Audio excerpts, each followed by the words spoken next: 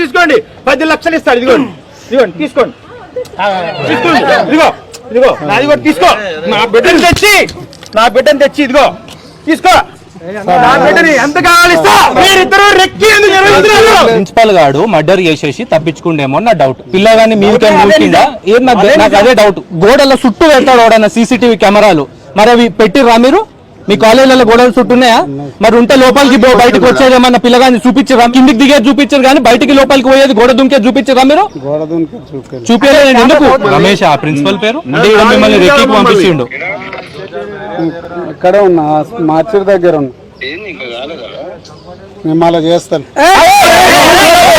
వాడు ఏమన్నా మీ నారాయణ కాలేజీలలో ఎంతమంది స్టూడెంట్స్ ని ఇట్లా ప్లాన్ గా చంపుతున్నారు? ఎందుకంటే మీ ప్రిన్సిపల్ గాడు స్పీకర్ మీద ఉన్నప్పుడు ఇంకా అయిపోలేదా అని క్యాజువల్ గా మాట్లాడుతున్నాడు. అంటే అంత క్యాజువల్ గా ఎంతమందిని చంపారు ఇప్పటి వరకు జర అందరు తెలుసుకుంటారు చెప్పండి.